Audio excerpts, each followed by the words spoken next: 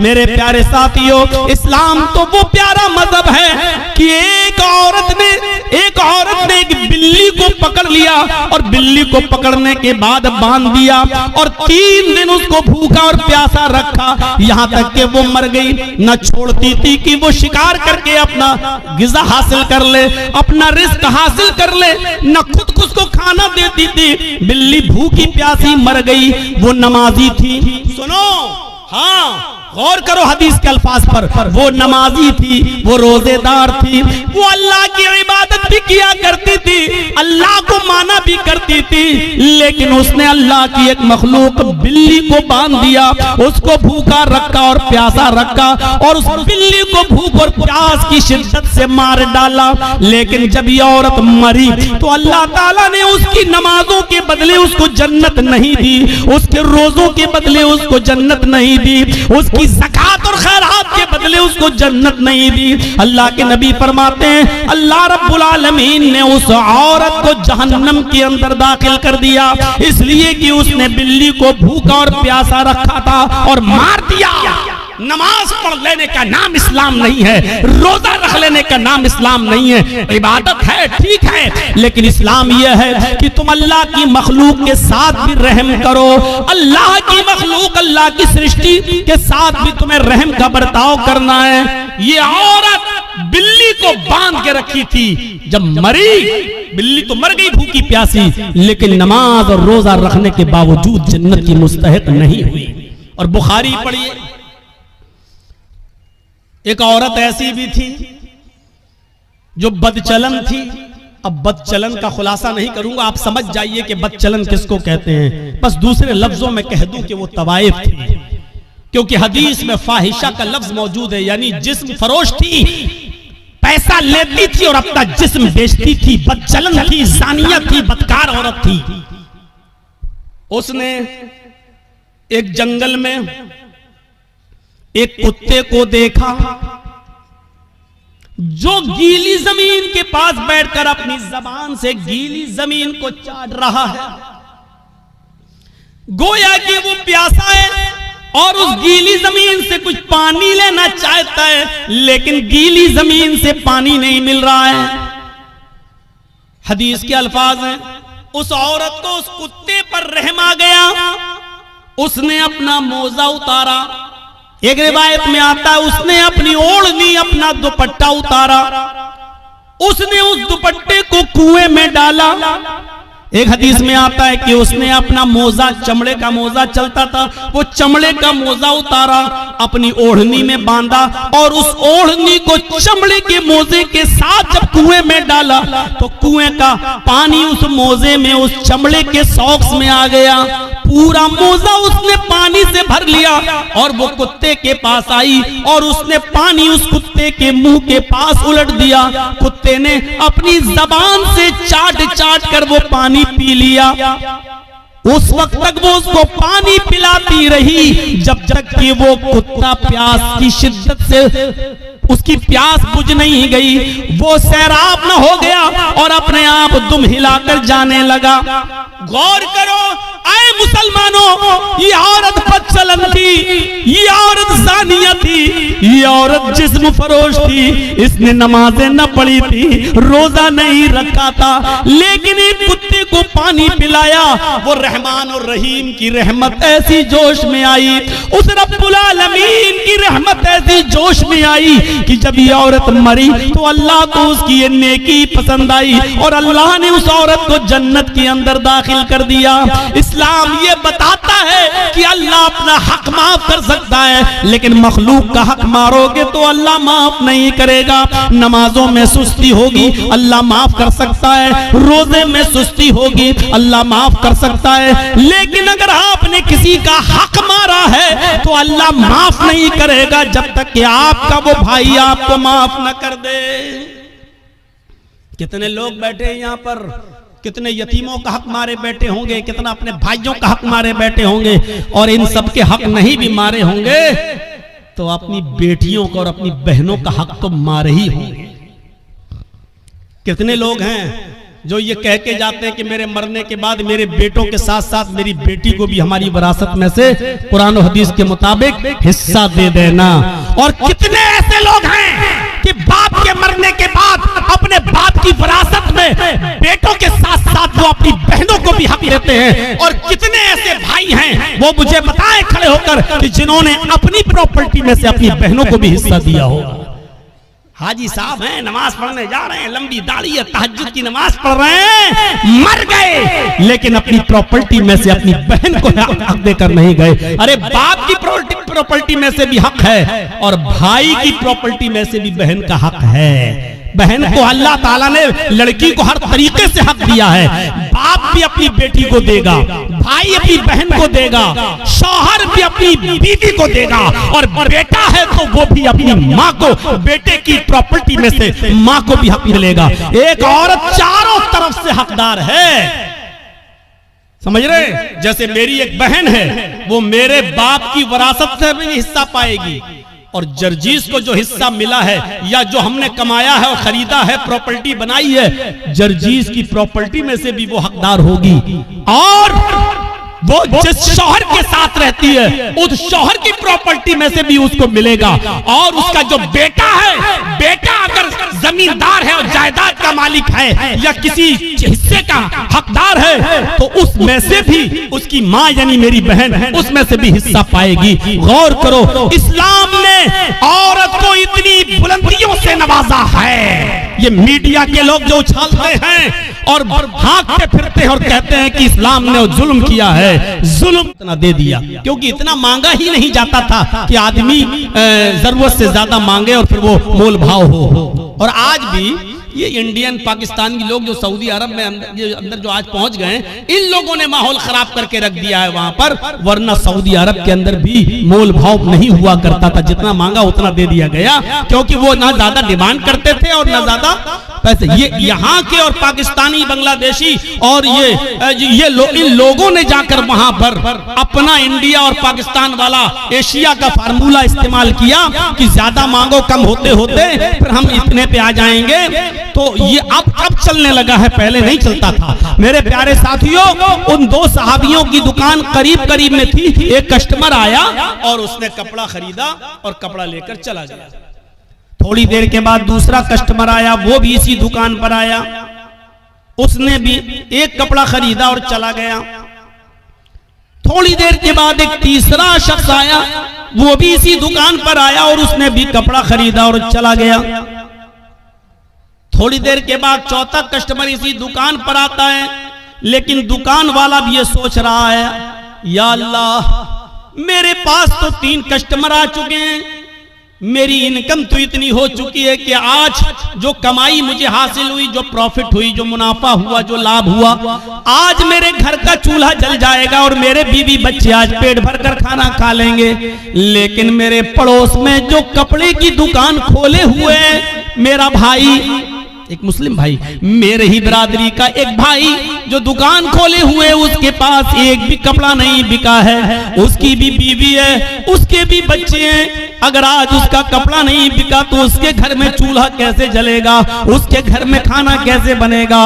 वो भी कसीरुल अयाल है, उसके भी बच्चे हैं, ज्यादा बेटे बेटियां हैं, उसके घर में भी चूल्हा जलना चाहिए। तो इस सहाबी ने चौथे कस्टमर से कहा, जो कपड़ा तुम खरीदना चाहते हो वो कपड़ा मेरे पास खत्म हो गया है, उससे भी अच्छी क्वालिटी का कपड़ा मेरे फला भाई की दुकान पर है, तुम पड़ोस में जाकर खरीद लो। इस आदमी को उसने उस दुकान की तरफ रेफर कर दिया और उस आदमी ने कपड़ा बेच दिया। थोड़ी देर के बाद एक और कस्टमर आया, इस सहाबी ने उस कस्टमर को भी उसकी दुकान पर भेज दिया और फिर नमाज पढ़ने के लिए चला गया।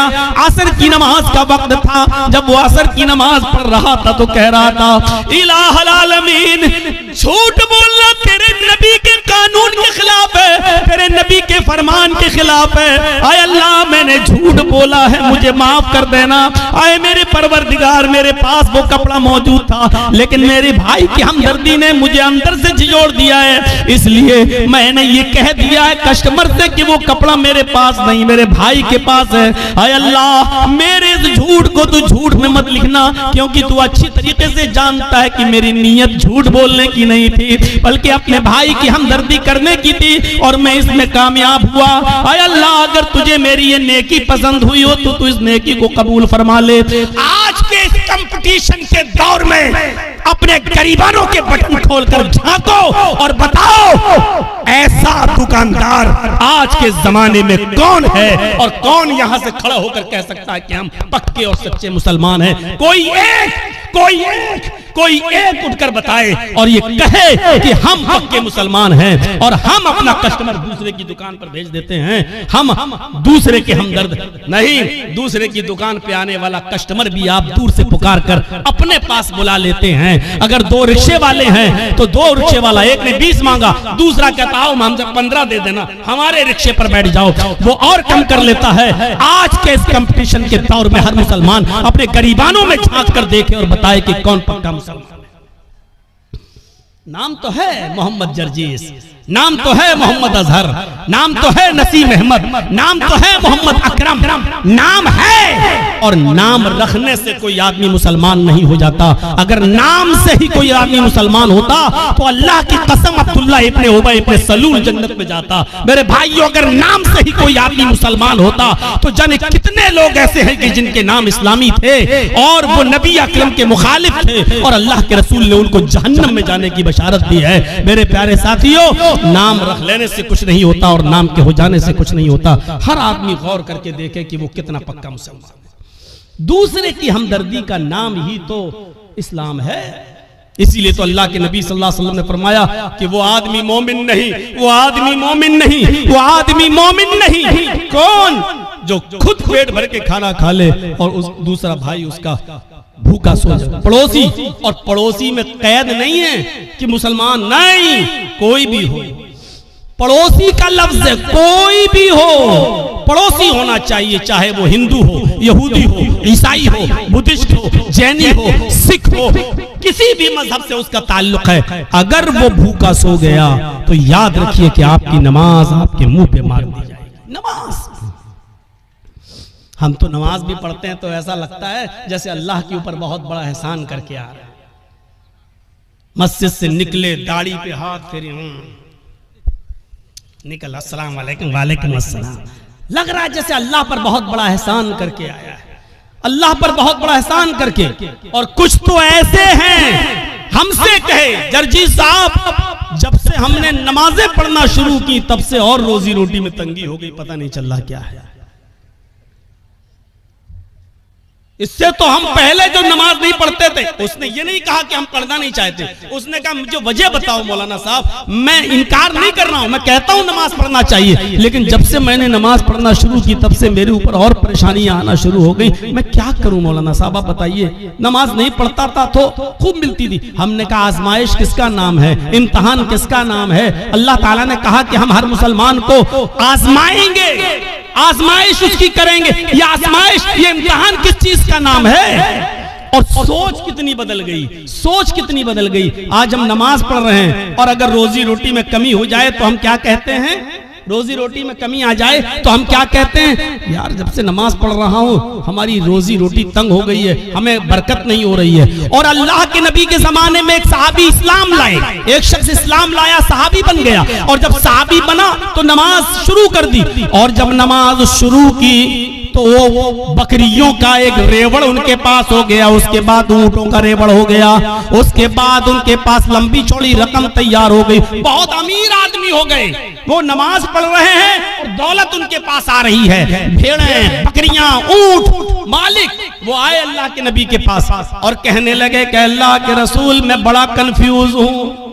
जब मैं इस्लाम नहीं लाया था तो मैं बहुत गरीब था, और जब मैं इस्लाम लाया और नमाज पढ़ने लगा, जब से मैंने नमाजें पढ़ना शुरू की मेरे पास बकरियां आना शुरू हुई, भेड़ें आना शुरू हुई, ऊंट आना शुरू हुए, घोड़े आना शुरू हुए, खच्चर आना शुरू हुए, मेरे पास दौलत रुकने का नाम नहीं लेती है। अल्लाह के नबी ने फरमाया ठीक है तुम्हारी इबादत की बरकत है, अल्लाह तुम्हें नवाज रहा है। उसने कहा नहीं, आय अल्लाह के नबी मैं ये सोच रहा हूं, आय अल्लाह के रसूल मैं ये सोच रहा हूँ कहीं अल्लाह मेरी इबादतों का सिला, अल्लाह मेरी नमाज का सिला, अल्लाह मेरी नमाज का बदला और नमाज का इनाम इसी दुनिया में तो मुझे नहीं दे रहा है और आखिरत में कहीं हमें महरूम तो नहीं कर देगा। ऐसा तो नहीं कि दुनिया में मुझे सब कुछ मिल जाए और अल्लाह ताला आखिरत में हमें हमारी इबादतों का कोई सिला न दे। उल्टी सोच, हमारी उल्टी सोच। मौलाना जब से मैंने नमाजें पढ़ना शुरू की बरकत ही नहीं हो रही है, और वो क्या कह रहे हैं, अल्लाह के रसूल जब से मैंने नमाजें पढ़ी दौलत रुकी नहीं रही, कहीं अल्लाह हमें इसी दुनिया में तो नहीं दे रहा है और आखिरत में कहीं महरूम तो नहीं कर देगा। सोच बदलो अपनी सोच। वलनब्लुवन्नकुम बिशैइन मिनल खौफि वल जूअ व नक्सिम मिनल अम्वालि वल अनफुसि वत्तमरात वबश्शिरिस साबिरीन।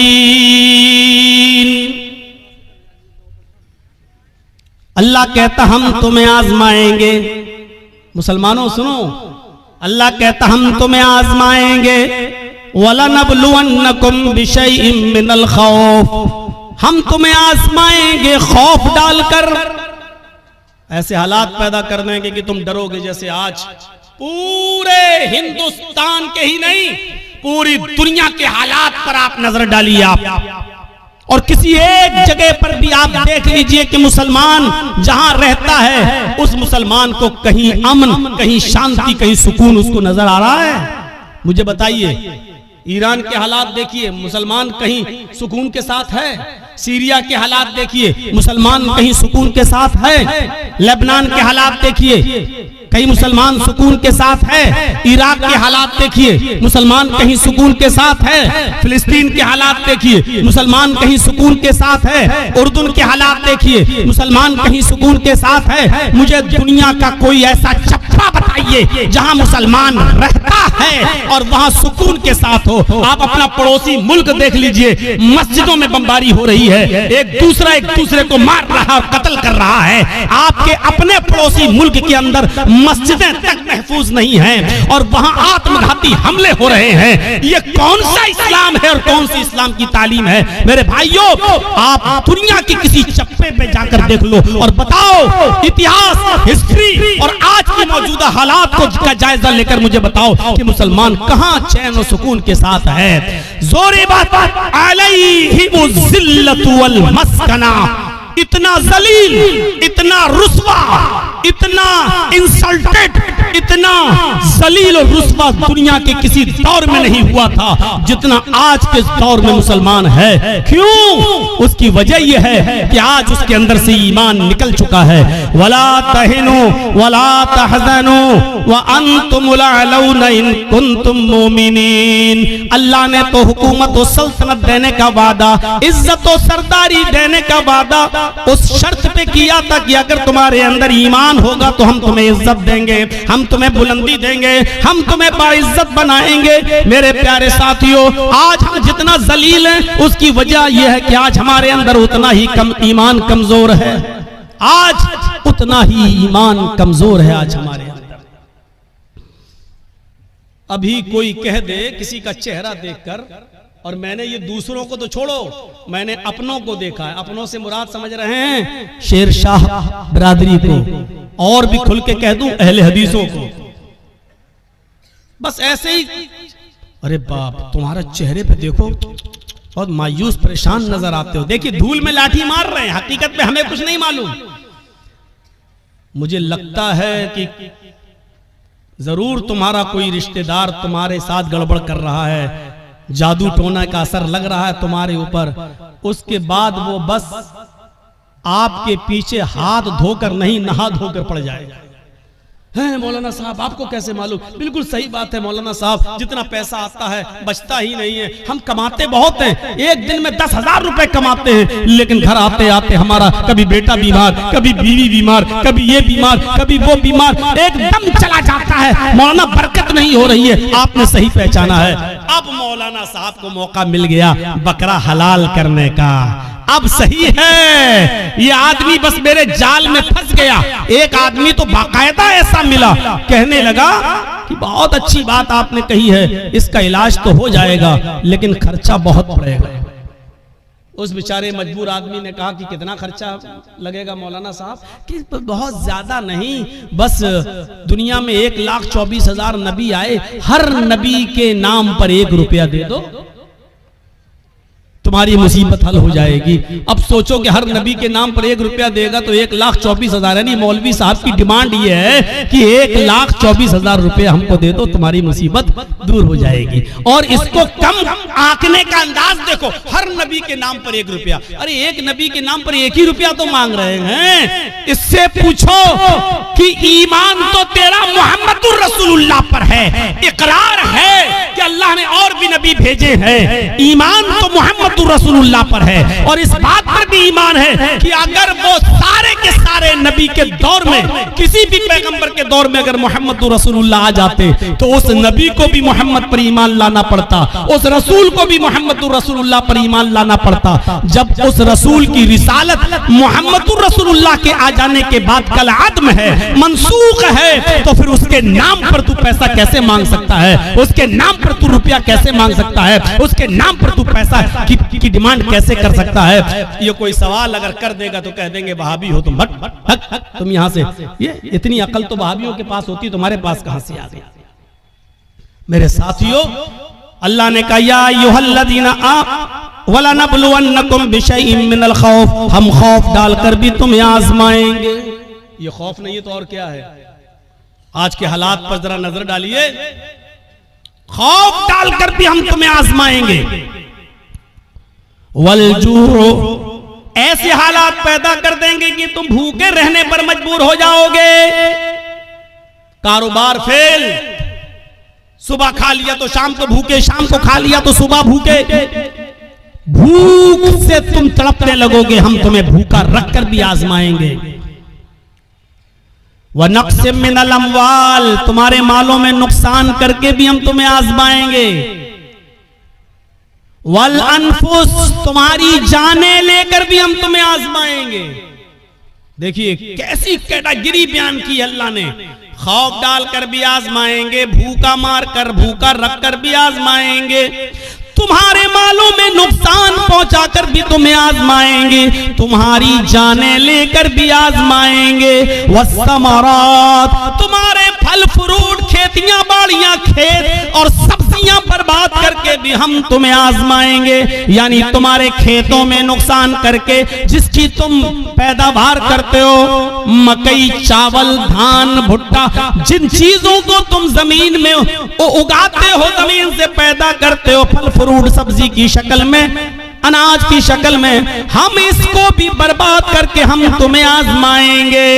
इन तमाम शक्लों में हम तुम्हारा एग्जाम लेंगे, हम तुम्हारा इम्तिहान लेंगे।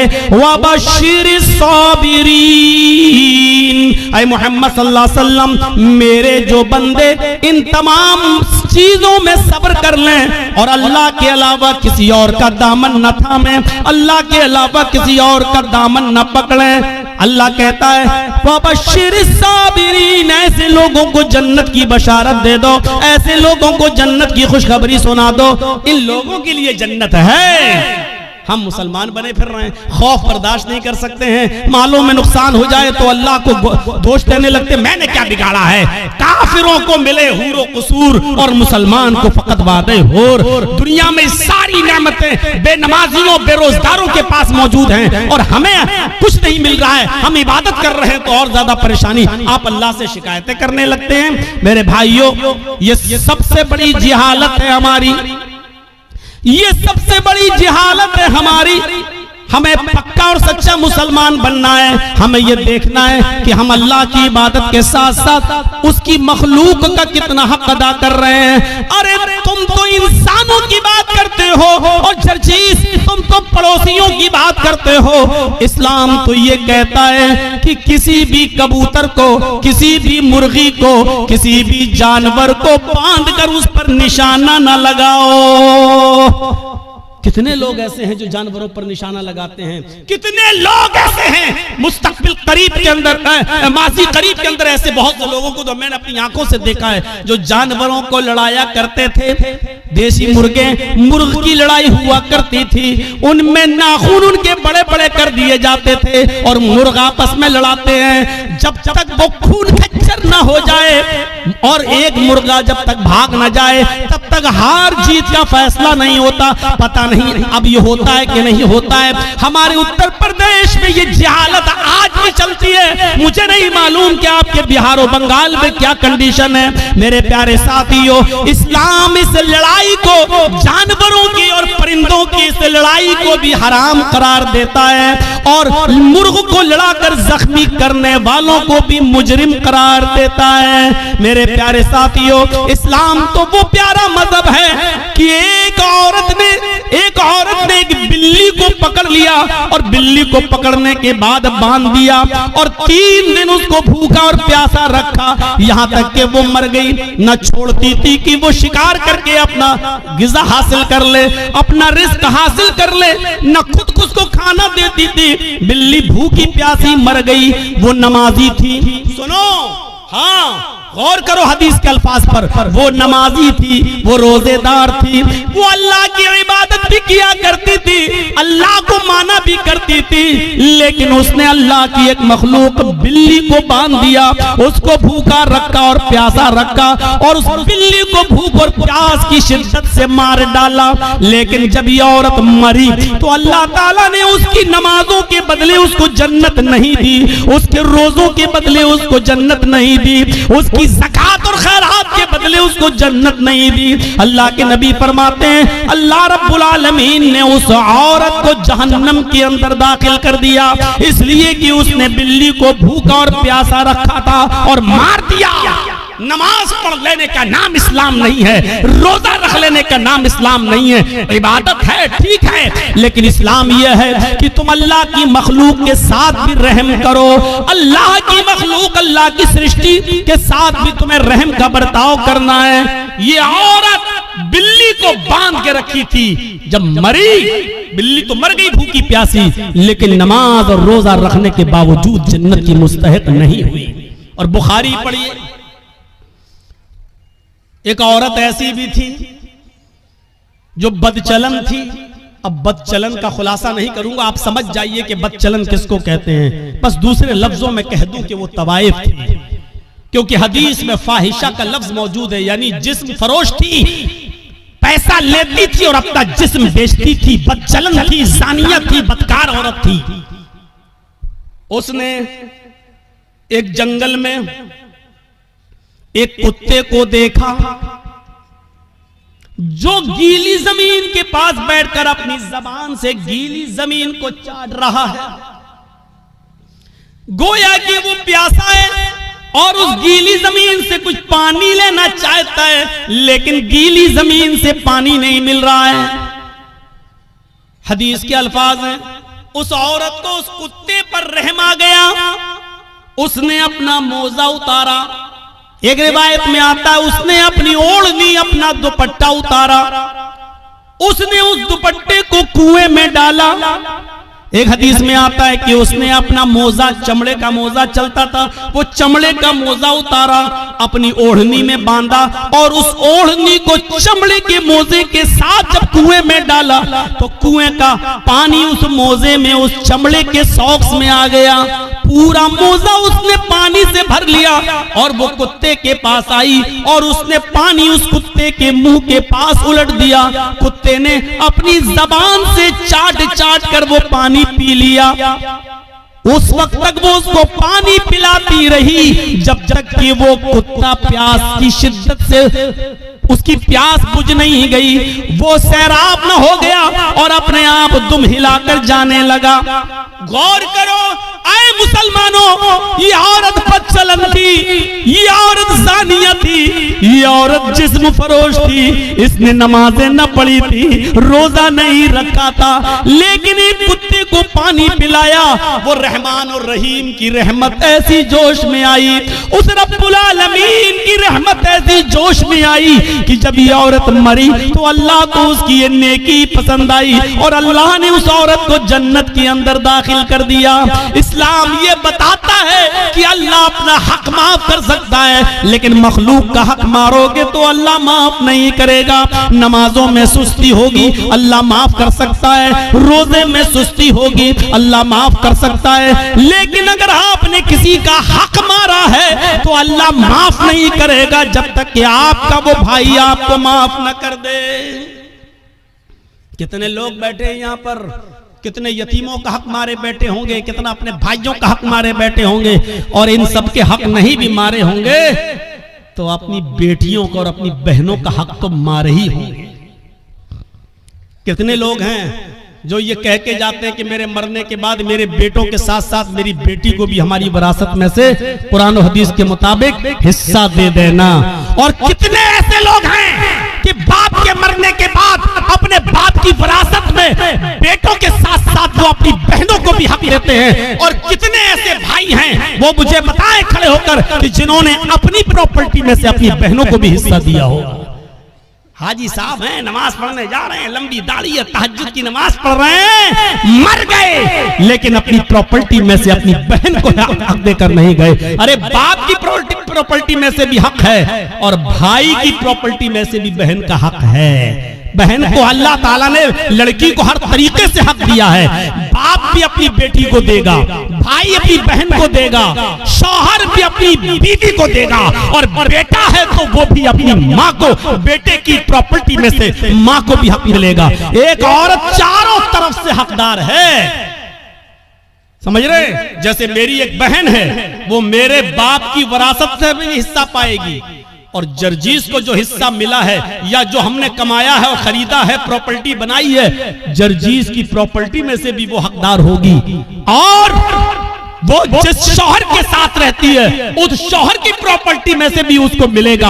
और उसका जो बेटा है, बेटा अगर जमींदार है और जायदाद का मालिक है या किसी हिस्से का हकदार है तो उसमें से भी उसकी माँ यानी मेरी बहन उसमें से भी हिस्सा पाएगी। गौर करो, इस्लाम ने औरत को इतनी बुलंदियों से नवाजा है। ये मीडिया के लोग जो उछालते हैं और भागते फिरते हैं और कहते हैं कि इस्लाम ने जुल्म किया है, जुल्म किया है, जुल्म, ये जुल्म नहीं है। मुझे बताओ कि बाप की भी विरासत में से, बेटे की भी विरासत में से, भाई की भी विरासत में से और शौहर की भी विरासत में से ऐसा कौन सा मजहब है और ऐसा कौन सा संप्रदाय है जो अपने बहन, बेटी, बीवी को हक देता हो? मेरे भाइयों, ये इस्लाम है जिसने औरत को इतनी इज्जतों से नवाजा है। अगर माँ है तो कह दिया कि तेरे कदमों के नीचे तेरी औलाद के लिए जन्नत है। अगर बीवी है तो कह दिया जो तुम खाओ वो अपनी बीवी को खिलाओ, जो तुम पहनो वो अपनी बीवी को पहनाओ। खबरदार, अपनी बीवी के गाल पर कभी थप्पड़ मत मारना। एक औरत को कैसी इज्जत दी जा रही है। अगर वो किसी की बीवी है तो कहा जा रहा है खबरदार उसके गाल पर कभी थप्पड़ मत मारना। गाल पर थप्पड़ मारने का मतलब ये नहीं है कि गाल पर ना मारो, पीठ पे खूब ठोको। कम मौलाना साहब तो कह रहे हैं गाल पे मत मारो, इसका मतलब गाल के अलावा जहां चाहो वहां मार सकते हो। गाल को बोलने का मतलब यह है कि सबसे ज्यादा नाजुक हिस्सा ये गाल होता है, यहां मारेंगे हो सकता है कि उसने अपने आप को बचाया और आंख में हाथ लग जाए, उंगली चली जाए और उसकी आंख फूट जाए। तो जब इतने नाजुक जगह पर मारने का हक नहीं दिया है तो औरत को मारने का मतलब यह ना गाल पर कि कहीं ना मारो। किसी कंडीशन में दिया है इजाजत, हम उस तरफ अभी नहीं जाना चाहते हैं, परमिशन दी है किसी कंडीशन में, लेकिन उसमें भी इतने एहतियात के साथ कि तुम हल्की फुल्की मार सकते हो, वो भी तब जब आपकी बीवी आपके मना करने के बावजूद और पंचायत का फैसला मानने के बावजूद भी आपके अलावा किसी दूसरे मर्द को अपने बिस्तर पे बुलाती है और उसके साथ रंग रलियां मनाती है और समझाने के बावजूद भी नहीं मानती है। तो अब एक आखिरी रास्ता यह है कि उसको हल्की फुल्की मार सकते हो, लेकिन उस वक्त भी गाल पर नहीं, और इतनी भी नहीं कि पीठ पर लकड़ी और डंडों के निशान बन जाएं, इतना भी नहीं। और जब आपकी इस मार से भी वो रास्ते पे ना आए तब आप तलाक के बारे में सोचें और उसमें भी मोहलत दी कि डायरेक्ट 3 तलाक मत दो, तलाक तलाक तलाक। डायरेक्ट उसको बंदूक की तीनों गोली उसके ऊपर मत धमक दो कि बेचारी की जान ही चली जाए। उस कंडीशन में भी बताया कि उसको एक तलाक दो जब वो हालत तोहर में हो, पाकी की हालत में हो, और फिर सोचने और समझने का मौका दो। और फिर जब वो दूसरा महीना आए और फिर वो दूसरे महीने तक नहीं मानती है, फिर भी हरकतें कर रही है, और दूसरे महीने में जब वो हालत तोहर में हैज से पाक हो जाए, तब आप उसको दूसरी तलाक दे सकते हो। ताकि ये बहुत लंबा एक अरसा हो, यानी इतना मौका दिया है कि एक कमजोर दिल की औरत डर जाएगी नहीं। इतना अब तो आखिरी रह गई है, तीसरे महीने में जहां तीसरी तलाक दी, हम हमेशा के लिए हराम हो जाएंगे, मेरे बच्चों का क्या होगा, ये सोचने और समझने का पूरा मौका दिया है। इससे पहले अगर वो मान जाती है तो आप भी मान जाओ और उसको अपनी बीवी की शक्ल में कबूल कर लो, स्वीकार कर लो। मेरे भाइयों, बहुत संजीदा मजहब है इस्लाम। इस्लाम के अंदर पूरे के पूरे दाखिल होने का मतलब ही यह है कि उसने जिन कामों के करने का हुक्म दिया उन कामों को करो, और जिन कामों से रोकने का हुक्म दिया उनसे रुक जाओ। यही है इस्लाम। हजरत मुआज इब्न जबल फरमाते हैं कि अल्लाह के नबी सल्लल्लाहु अलैहि वसल्लम ने मुझे 10 बातों की नसीहत फरमाई, मुझे 10 बातों की वसीयत फरमाई।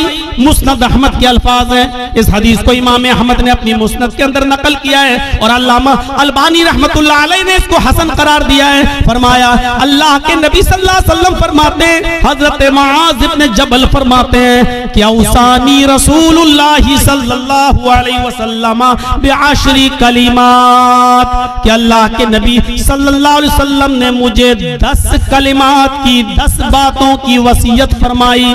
ऐ मास, ये 10 काम तुम कर लो, ये 10 काम तुम्हें हर हाल में करना है। मेरे भाइयों, मैं तशरीह करता हुआ चलूंगा, लेकिन शायद मैं 10 तक न पहुंच पाऊं, इसलिए कोशिश करूंगा कि कम से कम 5 चीजें तो आपको बता ही दूं। अल्लाह के नबी सल्लल्लाहु अलैहि वसल्लम ने 10 चीजों की वसीयत फरमाई और 10 चीजों में पहला नाम ये लिया, ऐ मास ला तुशरिक बिल्लाहि शैअन इन कुतिलता हुर्रिकता। ऐ मुआज, तुम कभी किसी भी हाल में अल्लाह के साथ शिर्क मत करना, अल्लाह के साथ किसी को शरीक मत ठहराना, अल्लाह के साथ कभी किसी भी हाल में किसी को शरीक मत करना। इन कुतिलता औ हुर्रिकता, अगरचे तुम्हें कत्ल कर दिया जाए या तुम्हें आग में जला दिया जाए। अरे भाई, 1 घंटा हो गया बोलते हुए, अब तो बैठ जाओ सही से।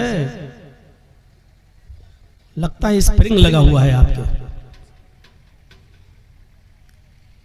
कुतिलता, अगरचे कत्ल कर दिया जाए।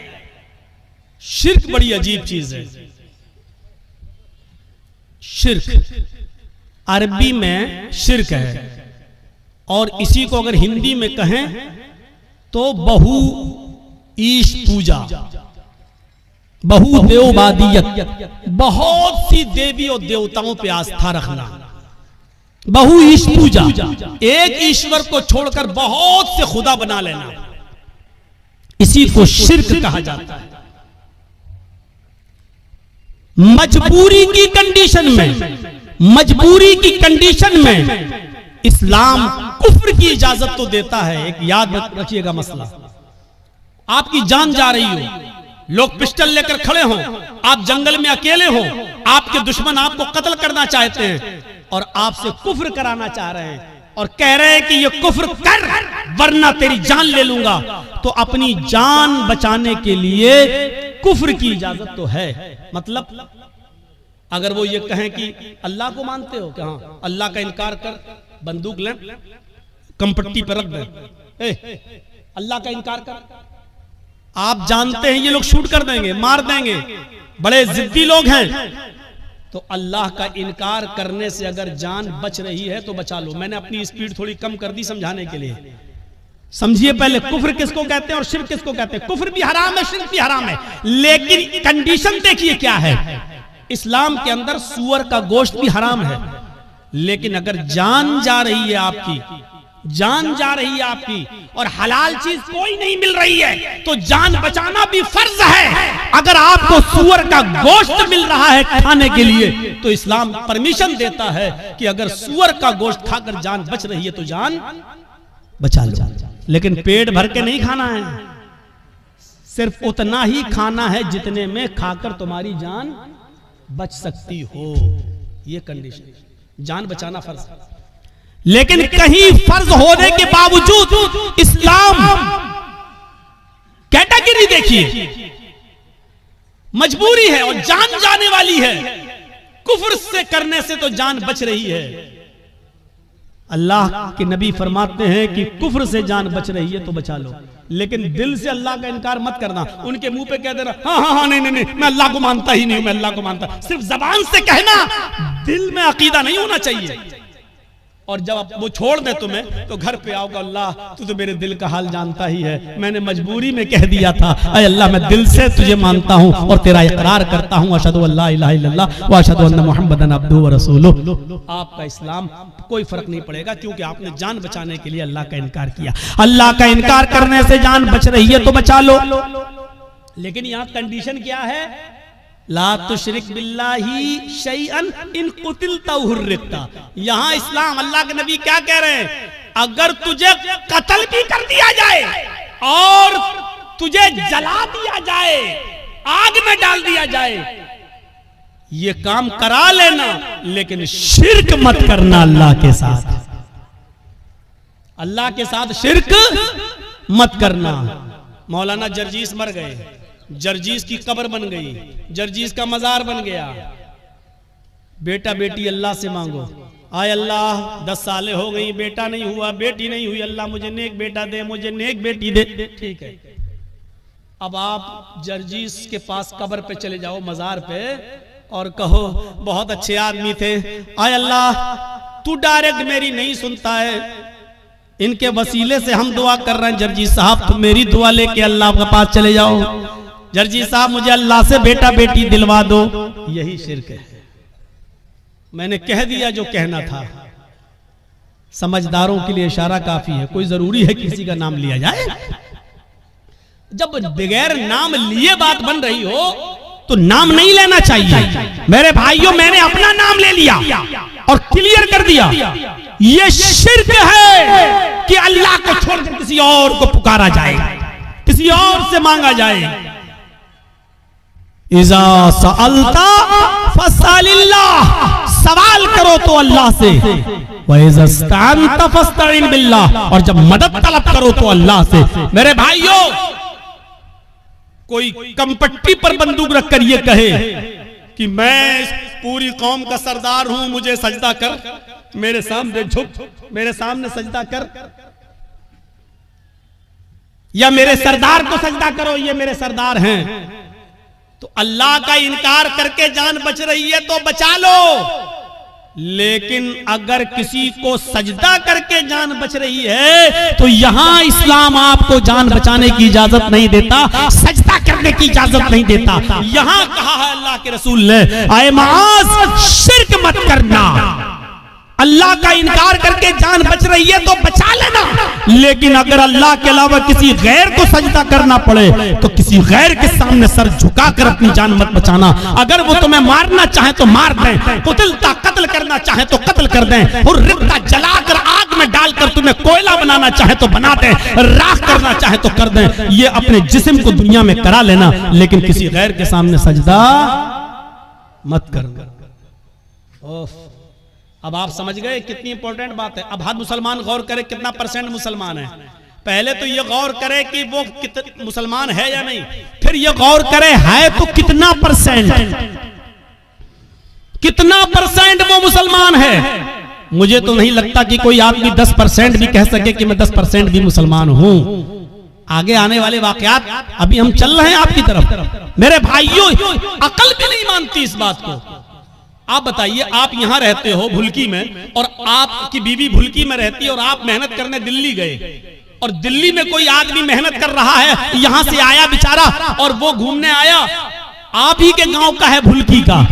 अब आपने दिल्ली में एक साड़ी खरीदी 5,000 की, 10,000 रुपए की खूबसूरत साड़ी खरीदी, और खूबसूरत साड़ी उसके हाथ में देकर कहा कि भाई तुम तो भुलकी जा रहे हो ना, उत्तर दिनाजपुर मेरे गांव में जा रहे हो ना, ऐसा करो कि ये साड़ी मेरी बीवी को दे देना।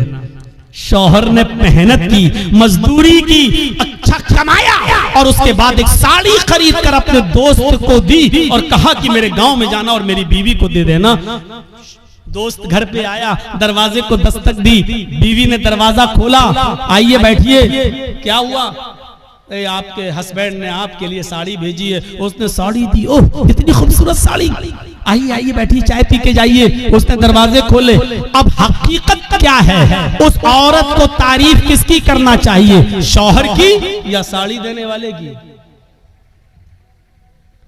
आपकी अकल भी कहेगी यार जिसने साड़ी भेजी है उसकी तारीफ, कितने अच्छे हैं मेरे शौहर, देखो इतनी दूर से भी मुझसे कितना प्यार करते हैं और मुझे कितना मानते हैं, मेरा ख्याल रखते हैं, साड़ी भेजी। अब वो औरत बजाय शौहर के तारीफ करने के अपने दिल के सारे दरवाजे इस साड़ी लाने वाले के लिए खोल दे। एक्सक्यूज मी, आइए चाय पी लीजिए, आप कितने अच्छे हैं, आप हमारे लिए साड़ी लेके आए हैं, चलिए कहीं डेट पे चलते हैं, चलिए कहीं घूमने चलते हैं। उसी की तारीफ के पुल बांधने लगे। और शौहर को अगर पता चल जाए दिल्ली में बैठे हुए आज के इस कंप्यूटराइज्ड दौर के अंदर कि कमबख्त साड़ी मैंने भेजी और बेगैरत दिल दे बैठी साड़ी देने वाले को, वहीं से मोबाइल करेगा, फोन की घंटी बजेगी, बीवी उठाएगी, कुछ सुनेगा नहीं, कहेगा तलाक तलाक तलाक। कम बखत साड़ी मैं भेजू, तारीफ दूसरे की कर रही है, साड़ी मैं भेजू, घूम रही दूसरे के साथ। अल्लाह ने नबियों को भेजा, रसूलों को भेजा, पीरों को, वलियों को भेजा कि जाओ तुम मेरे दीन का प्रचार करो और इस्लाम की और तौहीद की दावत को बुलंद करो। बजाय इसके कि हम अल्लाह की हमदो सना बयान करें, उसी को मुश्किल कुशा माने, उसी को हाजत रवा समझें, अब हम अल्लाह को छोड़कर कहें कि तुम्हारे दर पे आया हूं, झोला झोली भर के जाऊंगा वरना मर के जाऊंगा। तो मेरे भाइयों, इससे बड़ी बेगैरती की बात क्या हो सकती है? जैसे एक शौहर अपनी बीवी की बेगैरती बर्दाश्त नहीं कर सकता, ऐसे ही अल्लाह भी इस बेगैरती को बर्दाश्त नहीं कर सकता कि बंदा मुझे छोड़कर मेरे ही हम ही तुम्हारे जैसे बंदों से मांगे।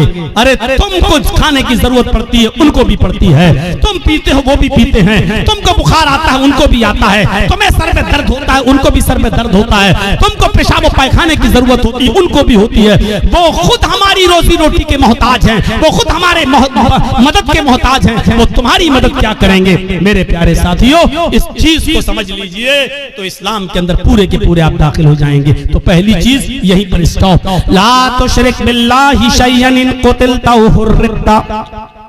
पहली चीज काट दिया जाए, टुकड़े टुकड़े कर दिया जाए या जला दिया जाए, अपने आप को जला लेना, कटवा लेना, लेकिन गैरुल्लाह को सजदा न करना, शिरक मत करना, पहली चीज। दूसरी चीज, आइए नौजवानों तुम्हारे लिए बेहतरीन चीज, वला तउक़न्न वालिदैक व इन अमराका अन तख़रुज मिन अहलिका व मालिक। कभी किसी भी हाल में अपने पेरेंट्स की, अपने माँ बाप की नाफरमानी मत करना, उनके साथ बुरा सलूक मत करना, उनका दिल कभी मत दुखाना। आगे वाले जुमले मेरे भाइयों हमारी आंखें खोल देंगे। व इन अमराका अन तख़रुज मिन अहलिका व मालिक, अगर जे तुम्हें तुम्हारे वालिदैन, तुम्हें तुम्हारे माँ और बाप दोनों तुम्हारे घर से, अपने घर से नहीं, वो तो घर है ही, तुमने मेहनत करके जो घर कमाया है और बनाई है बिल्डिंग, और तुमने जो शादी की है, अगर वो तुम्हें हुक्म दें कि तुम अपने घर से निकल जाओ, तो अपने बाप का हुक्म मानते हुए तुम्हें अपना घर छोड़ना पड़ेगा। वो अहल, अगर वो कहें कि तुम अपने अहल वयाल, बीवी बच्चों को भी छोड़ दो और भागो यहाँ से, तो तुम्हें अपने माँ बाप की बात मानकर अपने बीवी बच्चों को भी छोड़ना पड़ेगा। ये एक अलग मसला है कि अगर बाप गलती पर हो और बेटे की गलती ना हो। मैं अभी इस तरफ नहीं जाना चाह रहा हूं, मैं सिर्फ ये बताना चाहता हूं कि माँ बाप का मकाम कितना बड़ा है और वालिदैन की अहमियत कितनी बड़ी है। अल्लाह के नबी कह रहे हैं, घर तुम्हारा, तुमने मेहनत करके कमाया बनाया, ठीक, लेकिन अगर तुम्हारे बाप कहे जर्जीस जाओ यहां से हटो, जर्जीस को अपनी कमाई वाला घर छोड़ना पड़ेगा बाप का हुक्म मानते हुए। ये तुम्हारी बीवी बड़ी नाफरमान है, अल्लाह की नाशुक्री है, छोड़ो इसको, चलो, हमें छोड़ना पड़ेगा। और इसकी एक मिसाल मैं आपको देना चाहता हूं, जरा सुनिएगा।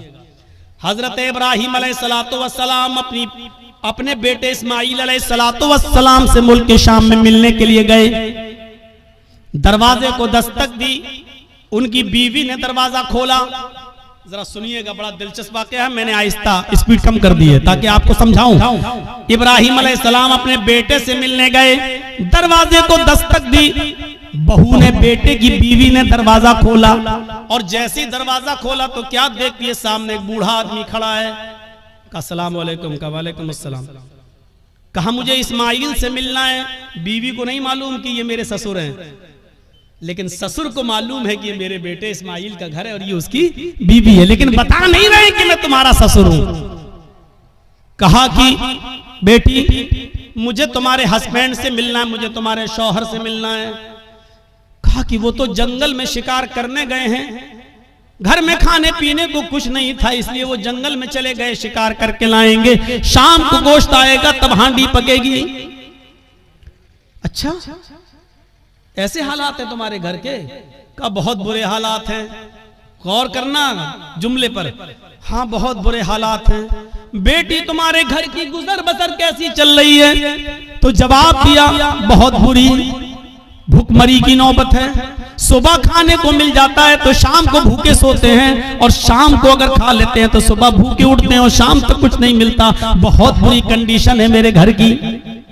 इब्राहिम अलैहिस्सलाम जाने लगे, कहने लगे बेटी जब तुम्हारे हस्बैंड घर पे आ जाएं, अब सुनो, जब तुम्हारे हस्बैंड घर पे आ जाएं तो उनसे कहना कि एक ओल्ड मैन आया था, एक बूढ़ा आदमी तशरीफ लाया था, उसने तुम्हें सलाम कहा है और कहा है कि अपने घर की चौखट बदल दो, तुम्हारे घर की चौखट ठीक नहीं है। चौखट समझते हैं ना, वो घर का मेन गेट का जो दरवाजा होता है, चौखट जिसमें आदमी अंदर घुसता है घर के दरवाजे से, वो चौखट। अपने हस्बैंड से कहना कि तुम्हारे घर की चौखट अच्छी नहीं है, ठीक नहीं है, इसको बदल दो। ये कहकर इब्राहिम अलैहिस्सलाम चले गए, और उनकी बीवी घर की चौखट देख रही है कि बुढ़ा सटिया गया क्या, ये बुढ़े को पागल है क्या, कितनी अच्छी चौखट है, मजबूत चौखट है, गर्मियों में हवा आती है, सर्दियों में धूप आती है, और कह रहा है कि तेरी चौखट खराब है, ये बुढ़ा सटिया गया। शाम को जब इस्माइल अलैहिस्सलाम घर पे आए, और नौजवानों सुनो, अपने माँ बाप को खून के आंसू रुलाने वालों, अपनी माँ को रुलाने वालों, अपने बाप को सताने वालों, सुनो।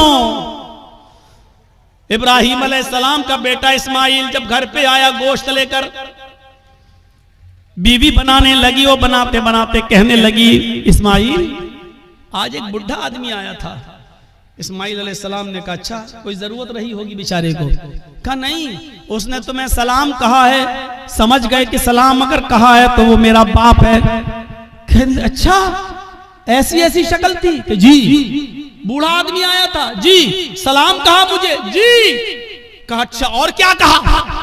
कहा उसने मुझसे कि अब जब तुम्हारे शौहर घर पे आ जाएं, हस्बैंड घर पे आ जाएं, तो उनसे कहना कि तुम्हारे घर की चौखट ठीक नहीं है, उसको बदल दो। बुढ़ा सटिया गया था।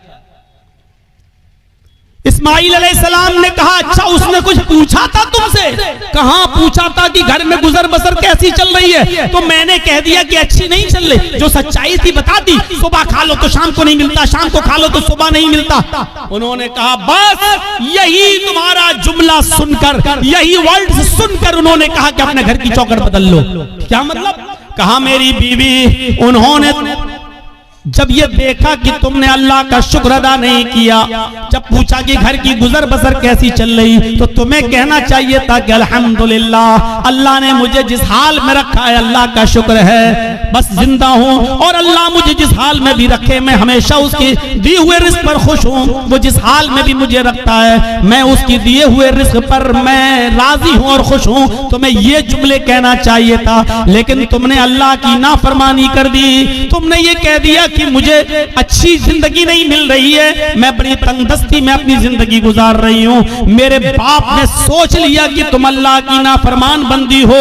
आए मेरी बीबी, उन्होंने घर की इस चौखट को बदलने के लिए नहीं कहा है। जो घर की चौखट है, ये दरवाजे के ऊपर जो चौखट है, इसको बदलने के लिए नहीं कहा है। उन्होंने चौखट बदलने के लिए कहा है। इसका मतलब ये है कि उन्होंने अपनी बीवी बदलने के, उन्होंने मेरी बीवी बदलने की बात कही है। उन्होंने इशारा किया है ऐसी अल्लाह की नाफरमान बीवी को अपने घर में तुम मत रखो। क्यों ऐसी औरत को अपने घर में रख रहे हो जो अल्लाह की नाशुक्रगुजार बंदी है? लिहाजा तुम अल्लाह की शुक्रगुजार बंदी से निकाह करो, नाशुक्र औरत को तलाक दे दो। आए मेरी बीवी, मैं अपने बाप का हुक्म मानकर तुम्हें तलाक देता हूं, क्योंकि मैं अपने बाप की नाफरमानी नहीं कर सकता। तुम मेरी ज़ौजियत से बेदखल हो रही हो, मैं तुम्हें छोड़ रहा हूं, मैं तुम्हें तलाक दे रहा हूं। उस जमाने में तलाक का जो प्रोसीजर था, उस हिसाब से उन्होंने तलाक देकर अपनी बीवी को जुदा कर दिया, अपने बाप की बात मानते हुए। आज के जमाने में कोई लड़का अपने बाप की बात मानेगा? अरे बाप की बात तो छोड़ो, शादी के 2-4 महीने के बाद वो ऐसा बीवी का गुलाम होता है कि फिर अपनी अम्मा से कहता है चुप चुप चुप, तू नहीं समझेगी। कोई बात हो रही है, कहता है तू नहीं समझ, तू बीच में क्यों बोलती है, तू नहीं समझेगी। उसको कह रहा है कि तू नहीं समझेगी। उस मां से जो बचपन में तेरे रोने से समझ जाती थी कि तू दूध के लिए रो रहा है या तेरे कांधे में या पेट में दर्द है, जो बचपन में तेरी चीख और तेरे रोने की आवाज से पहचान लेती थी कि तुझे भूख लगी है या तेरे जिस्म के किस हिस्से में दर्द है, तो उस डॉक्टर से, अल्लाह की कसम, मां से बड़ा कोई डॉक्टर दुनिया में पैदा नहीं हुआ। कितनी भी बड़ी वो MBBS और MS और MD की डिग्री ले ले, मां से बड़ा कोई डॉक्टर नहीं है। क्योंकि मां पहचानती है कि बेटा ये रो रहा है तो के रोने में भूख छिपी है या कहीं दर्द छिपा है। मेरे भाइयों, उस मां से कहते हो तुम, उस मां से कहते हो कि तू नहीं समझेगी, जो बचपन में तेरे रोने की आवाज से समझ जाया करती थी। जब तू बोलना नहीं जानता था तो जानती थी कि तू क्या चाहता है, तू तेरा इरादा क्या है, तेरे पेट में दर्द है या तेरे जिस्म में दर्द है या तेरे सिर में दर्द है, वो उस वक्त तुझे समझती थी। और आज तू इतना बड़ा हो गया है, आज इतना अक्लमंद हो गया है, आज तेरी पोजीशन इतनी ऊंची हो गई है कि तू अपनी मां से इतनी जुर्रत और इतनी हिम्मत कि अपनी मां से कहता है तू नहीं समझेगी। ओफो। हजरत इब्राहिम अलैहिस्सलाम ने दूसरी शादी कर ली, फिर 1-2 साल के बाद फिर अचानक घर में आए इब्राहिम। इस्माइल फिर शिकार खेलने के लिए गए थे, दरवाजे को दस्तक दी, वो दूसरी बीवी निकली, दरवाजा खोला, कहिए चाचा कैसे आना हुआ? कहा मुझे तुम्हारे हस्बैंड से मिलना है। कि वो तो नहीं है, जंगल में गए शिकार करने के लिए। अच्छा, तुम कैसे रह रही हो? अल्हम्दुलिल्लाह। गुजर बसर कैसी चल रही है? अल्लाह का शुक्र है, अल्लाह ने जिस हाल में भी रखा है हर हाल में अल्लाह की तारीफ है। फरमाया मेरी बेटी, जब तुम्हारे शौहर घर पे आ जाएं तो उनसे कहना कि एक बूढ़ा आदमी आया था, उन्होंने सलाम कहा है और चलते चलते उसने ये नसीहत की है कि अपने घर की चौखट को बरकरार रखना, इसको बदलने की जरूरत नहीं है। घर की चौखट ठीक है। ये औरत भी कहती है बुढ़ा सटिया गया, बदलने की तो कोई बात ही नहीं हो रही है। इस्माइल अलैहिस्सलाम जब घर पे आए तो बीवी ने पूरी बात बताई। इस्माइल अलैहिस्सलाम खुश होकर कहने लगे मेरी बीवी वो मेरे बाप थे और घर की चौखट तुम हो। उन्होंने कहा बरकरार रखना, इसका मतलब ये कि अपनी बीवी को अच्छी तरीके से रखना। ये अल्लाह की बड़ी नेक और फरमाबरदार बंदी है। बाप की तमन्ना ये होती थी कि हमें जो है मेरे बेटे को अच्छी बहू बीवी मिले, मुझे अच्छी बहू मिले। और जहां बेटों के हक हैं बाप के ऊपर, वहां हक एक ये भी है कि वो अच्छी और दीनदार लड़की से शादी कराए। आज किन से शादियां करा रहे हो अपनी बेटियों की? माँ बाप। पहली बात तो माँ बाप को बेचारों को तो अब देखने का मौका ही नहीं मिलता है। अब तो लड़के और लड़कियां खुद ही सेट कर लेते हैं। अब तो माँ बाप बेचारे उनकी बात मान लेते हैं। अगर नहीं मानेंगे तो ये लड़की, मेरी बेटी, मेरी नाक कटा के रख देगी और मुझे बदनाम कर देगी, इसलिए जहां चाह रही है वहां कर दो बस। तो ये है। तो मेरे भाइयों हम गौर करें, जहां थोड़ी बहुत इंसानियत बाकी है, थोड़ा बहुत दीन बाकी है, जहां की औलाद आज भी शादी के मामलात अपने माँ बाप के ऊपर छोड़ देते हैं, वो जरा गौर करें उनके माँ बाप की अपने बच्चों की शादियां किस जगह करा रहे हैं। हजरत उमर फारूक के पास एक शख्स आया, अपने बेटे की शिकायत करने लगा कि मेरी औलाद ऐसी, मेरा बेटा ऐसा, मेरा कहना नहीं मानता। हजरत उमर फारूक ने उसके बेटे को बुलाया और बाप के सामने इतना डांटा इतना डांटा कि तुम्हें शर्म नहीं आती, अपने बाप को सताते हो, अपने बाप की नाफरमानी करते हो, अपने बाप को रुलाते हो, तुम्हें शर्म आनी चाहिए। बहुत कोई डांटने के बाद बेटे ने कहा कि अमीरुल मोमिनीन हो गई बात। कहा मैंने तुम्हें समझा दिया है कि आपने बेटे का हक तो बता दिया बेटों के, ये बाप के साथ ये करें ठीक है, लेकिन बाप के ऊपर भी बेटे का कुछ हक है कि नहीं? हजरत उमर ने कहा हाँ है। जब वो पैदा हो तो उसको अच्छी तरबियत दे, 7वें दिन उसका अकीका करे और अच्छा नाम रखे, और जब बेटा बड़ा हो जाए तो उसकी दीनदार अच्छे घराने में, नेक घराने में उसकी शादी करा दे। ये है बाप का हक औलाद पर। तो उस बच्चे ने कहा, लड़के ने, अमीरुल मोमिनीन मेरे बाप से पूछो इसने इन तीनों कामों में से कौन सा काम मेरे साथ किया है? जब मैं पैदा हुआ 7वें दिन का था तो मेरा अकीका नहीं किया। नाम मेरा रखा, तो जानते हो इसने नाम मेरा क्या रखा? अरबी में ऐसा लफ्ज बताया जिसका उर्दू में तर्जमा होता खटमल। इसने मेरा नाम रखा खटमल। और तीसरा, जब मैं बड़ा हुआ तो शादी करा दी एक मजूसी लड़की के साथ, एक अनपढ़ जाहिल गवार जो जानती नहीं है कि शौहर का हक क्या है, इसने एक नाफरमान औरत के साथ मेरी शादी करा दी। तीनों काम इसने नहीं किए। फिर हजरत उमर फारूक ने बाप को डांटा, कहा बेटे की शिकायत करते हो, अपनी गलती नहीं बताते हो कि तुम्हारी गलती क्या है? तुमने जब अपनी औलाद का हक अदा नहीं किया तो अब भुगतो, देखो, और अब ये सारे जुल्म और ज्यादती सहो, अब तो तुम्हें सहना पड़ेगा। मेरे भाइयों, एक सहाबी रसूल हैं, अपनी माँ को खाने काबा का तवाफ करा रहे हैं, उनकी माँ पैरों से लंगड़ी है। अल्लाह महेशवी ने अपनी किताब मजमऊज ज़वाइद के अंदर इस वाक़े को नकल किया है, जरा गौर से सुनिएगा। उनकी माँ आंखों से अंधी है, पैरों से लंगड़ी है, बूढ़ी है। कहने लगी, बेटा मुझे खाने काबा का तवाफ करा दे, मेरे बेटे मुझे उम्रा करा दे, मेरे बेटे मैं तवाफ करना चाहती हूँ। उसके बेटे ने अपनी माँ को पकड़ा और खाने काबा तक ले गया, सवारी का इंतजाम किया और ले गया। और खाने काबा पहुंचने के बाद वो चूंकि पैरों से लंगड़ी थी, आंखों से अंधी थी, इसलिए वो चल नहीं सकती थी, इसलिए बेटे ने उसको अपनी पीठ के ऊपर लाद लिया। इस जमाने में व्हील चेयर चलती हैं, उस जमाने में व्हील चेयर भी नहीं थी। उसने अपने कांधे पर, अपनी पीठ पर अपनी माँ को लाद लिया। उसने 1 चक्कर पूरा किया, 2 चक्कर पूरे किए, 3 चक्कर पूरे किए, 4 चक्कर, 5 चक्कर, और 5वें चक्कर को पूरा करने के बाद जब 6ठा चक्कर लगाने लगा तो उसकी मुठभेड़ हो गई, वो टकरा गया हजरत उमर फारूक रज़ियल्लाहु ताला अन्हु से, अपनी पीठ पर अपनी माँ को लादे हुए, और अपनी माँ अपने हजरत उमर से टकरा गया। हजरत उमर ने कहा, ठीक ठीक ठीक, चलिए। सलाम हुआ, सलाम वालेकुम, वालेकुम अस्सलाम। जब उसने 6 चक्कर, 7 चक्कर पूरे कर लिए तो हजरत उमर के फारूक के पास आया। हजरत उमर ने कहा, माशाअल्लाह, अपनी माँ की बड़ी खिदमत कर रहे हो तुम। इस बूढ़ी माँ को तुमने तवाफ कराया अपनी पीठ पर लाद कर। ये हंसते हुए कहने लगा, अमीरुल मोमिनीन, मेरी माँ आंखों से अंधी है, इसलिए बर्तन में खुद धुल देता हूँ। मेरी बीवी नहीं है, मेरी माँ इसी कपड़ों में लैट्रिन और पेशाब कर लेती है, इसलिए कि वो लंगड़ी है, वो चल नहीं पाती है, और जब मैं घर पे नहीं होता हूँ तो इसी में वो गंदगी कर लेती है। अमीरुल मोमिनीन, मैं अपनी माँ का पेशाब और पैखाना भी साफ करता हूँ, अपने माँ के कपड़े भी धुलता हूँ, और आज मेरी माँ ने कहा कि मुझे तवाफ करा दे, तो मैं उसको यहाँ तक ले आया और मैंने अपनी पीठ पर लाद कर अपनी माँ को तवाफ भी करा दिया। ऐ अमीरुल मोमिनीन, क्या मैंने अब भी अपनी माँ का हक अदा नहीं किया? क्या मेरी जिम्मेदारी पूरी हो गई? क्या मैंने अपनी माँ का हक अदा किया या नहीं? हजरत उमर फारूक की आंखों में आंसू आ गए और रोते हुए कहने लगी, चलो यार, जाओ अपने घर और अल्लाह की इबादत में अपनी जिंदगी गुजारो। उसने पीछा करते हुए कहा, अमीरुल मोमिनीन, मैंने मसला पूछा है, आपको जवाब देना होगा। फरमाया, क्या पूछते हो?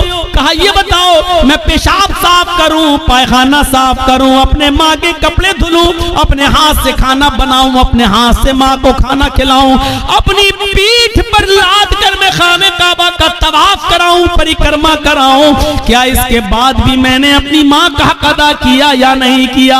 हजरत उमर कहते हैं सुन, जब तुझे तेरी माँ जन रही थी, जब तुझे तेरी माँ पैदा कर रही थी, जब अपने पेट से तुझे बाहर कर रही थी, उसको जो दर्द हो रहा था, जो लीवर पेन हो रहा था, उसको जो दर्द हो रहा था, तुझे जनते वक्त, तुझे पैदा करते वक्त, और उस दर्द में जो उसने पहली आह निकाली, जो उसने दर्द में पहली आवाज निकाली, आह, उसने अपनी जबान से जो पहला जुमला अदा किया, आह, जो उसने आह की आवाज निकाली, आए मेरे दोस्त, अभी तो तूने अपनी माँ की पहली आह का भी हक अदा नहीं किया, तू उसकी पूरे जीवन का और पूरी लाइफ का और पूरी जिंदगी का हक अदा क्या करेगा?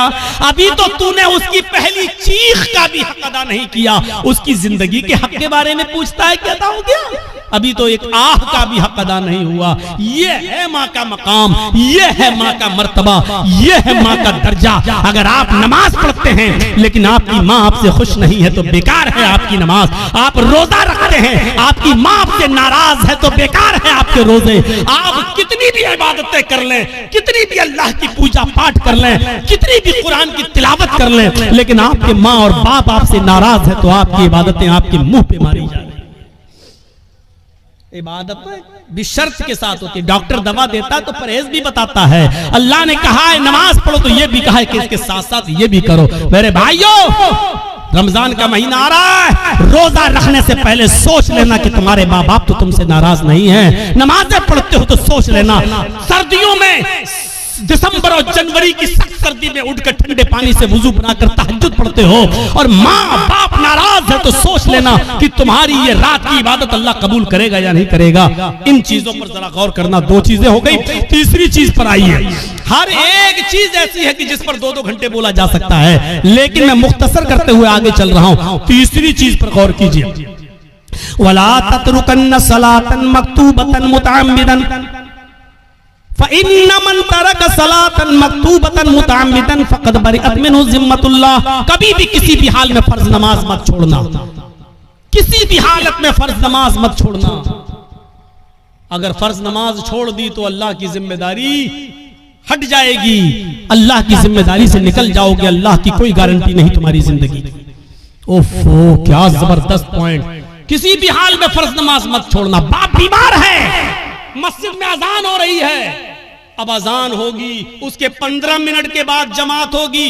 बाप मेरा सीरियस है, जल्दी से फोन करो, एम्बुलेंस बुलाओ, या जब तक गाड़ी निकल रही है तब तक वुजू बनाओ और अपने घर में फर्ज ही फर्ज पढ़ लो, 4 रकात ज़ोहर, और जल्दी से अपने बाप को लेकर पहुंचो हॉस्पिटल के अंदर। यहाँ सुन्नतें छोड़ दो। क्यों? क्योंकि इस वक्त बाप की हालत दूसरी है, लेकिन फर्ज नमाज तुम्हें इधर भी नहीं छोड़ना है।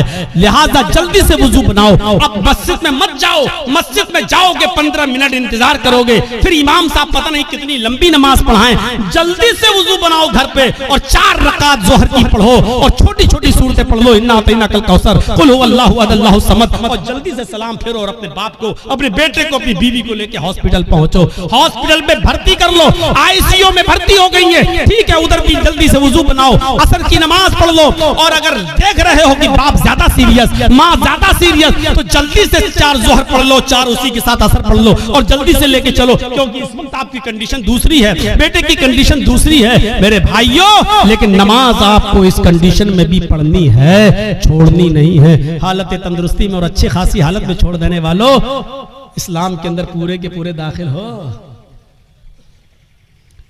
कहते हो मौलाना साहब रोजी नहीं आ रही, रोजी आएगी कैसे?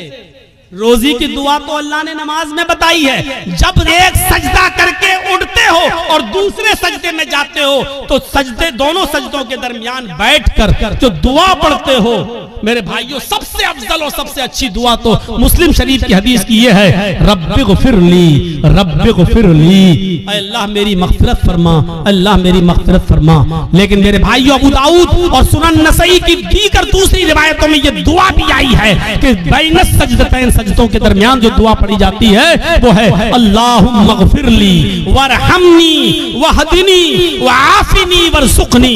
देखिए सजदे में जो दुआ पढ़ी जा रही है उसमें आप रिज़्क़ भी मांग रहे हैं। अल्लाहुम्मा ग़फ़िरली वरहमनी वहदिनी वआफ़िनी वरज़ुक़नी, अल्लाह मुझे रिज़्क़ हलाल दे। आपने ज़ोहर की 10 रकातें पढ़ी, 10 बार आपने कहा वरज़ुक़नी। आपने फजर की 4 रकातें पढ़ी, 2 सुन्नत 2 फर्ज, आपने 4 मरतबा कहा वरज़ुक़नी, अल्लाह मुझे रिज़्क़ हलाल दे। आपने असर की अगर मस्जिद में पहले पहुंच गए तो 4 सुन्नत और 4 असर फर्ज पढ़ ली तो 8 रकातें पढ़ी, 8 मरतबा आपने कहा वरज़ुक़नी। मगरिब में 5 मरतबा आपने कहा वरज़ुक़नी। इशाम में कम से कम 7 रकातें हैं, 4 फर्ज 2 सुन्नत और 1 वित्र, आपने 7 मरतबा कहा वरज़ुक़नी। गौर करो, जो इतनी बार अल्लाह से रिज़्क़ मांगेगा, रोजी मांगेगा, अल्लाह उसको मायूस करेगा, अल्लाह उसको निराश करेगा, अल्लाह उसको नाउम्मीद लौटाएगा? नहीं। तो आपको रिज़्क़ हलाल मांगने की दुआ अल्लाह ने बताई है और वो है नमाज। नमाज ही नहीं पढ़ोगे, अल्लाह से मांगोगे ही नहीं तो अल्लाह क्यों देने लगा तुम्हें? और देगा भी तो ऐसे ही देगा। 5,000 कमाया, घर पे आए, बेटा बीमार, डॉक्टर ने कह दिया आईसीयू में रखा जाएगा, खर्च करो 50,000। कमाया 10,000, घुस गया 50,000। क्यों? अल्लाह ने कहा वमन आरज़ा नु ज़िक्री फ़इन्न लहू मईशतन ज़नका, तुम मेरे जिक्र से एराज करोगे हम तुम्हारी रोजी को तंग कर देंगे। जिक्र से एराज करना, आज एक दिल चाहता कि तुमको एक कीमती बात बता दूं, सुनिए। एराज करना किसे कहते हैं? यहां पर बहुत से लोग ऐसे होंगे जो नमाज छोड़ते हैं, नमाज नहीं पढ़ते हैं, या जुमे पढ़ते हैं, 8 दिन मस्जिद में नहीं आते हैं, 7 दिन गायब। उनके बारे में तो मैं कुछ कह ही नहीं सकता, वो जाने, उनका रब जाने, उनको क्या अजाब होगा क्या नहीं, वो अल्लाह जाने, उनका रब जाने और आप जाने। मैं उनकी बात कर रहा हूं यहां पर जो नमाज तो पढ़ते हैं लेकिन टाइम पे टाइम, नमाज तो पढ़ते हैं लेकिन टाल मटोल कर। अजान हो रही है, 5 कस्टमर रह गए हैं, इनको निपटा दूं तब जाऊंगा। जल्दी जल्दी आपने उनको सौदा दी दुकान से, जब तक बंद करके जा रहे हैं पता चला जमात हो चुकी है।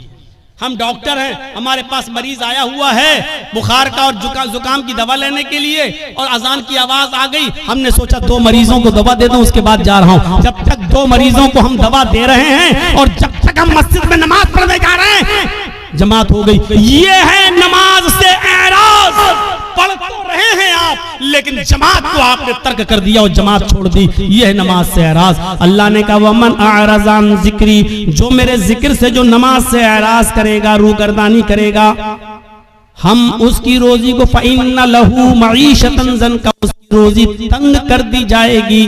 बंद नहीं कहा अल्लाह ने, ये नहीं कहा रोजी बंद कर देंगे, तंग कर देंगे। तंग का मतलब या तो बहुत मुश्किल से उसको रोजी रोटी मिलेगी या बहुत आसानी से मिलेगी लेकिन रुकेगी नहीं उसके पास। आज कितने लोग हैं ऐसे, मौलाना साहब बहुत कमाता हूं लेकिन बरकत नहीं हो रही है, मौलाना साहब 1 लाख रुपया महीना कमाता हूं लेकिन रुकता नहीं है, कभी इसको कैंसर, कभी उसको टीबी, कभी इसको बीमारी, बीमारियों ने घेर लिया, लगता है कोई जादू टोना कर रहा है। अरे अल्लाह के बंदे, एराज तो समझ ले, एराज किसको कहते हैं? वमन आरज़ा अन ज़िक्री, जो मेरे जिक्र से नमाज से एराज करेगा। बच्चा रो रहा है, माँ टीवी पे सीरियल देख रही, रिमोट उसके हाथ में, सास भी कभी बहू थी, बीवी माँ उस बच्चे की माँ देख रही, सास भी कभी बहू थी, नाटक, चिप्स खाती जा रही, चाय पीती जा रही और नाटक देखती जा रही, ड्रामा। इधर बच्चा रो रहा है, माँ जानती है कि बच्चा दूध की वजह से रो रहा है लेकिन सोच रही है नहीं 10 मिनट का ड्रामा रह गया, 10 मिनट और देख लूं। बच्चा रो रहा है लेकिन सीरियल देखने में लगी हुई है। क्या कहा जाएगा? माँ ने बच्चे से एराज किया।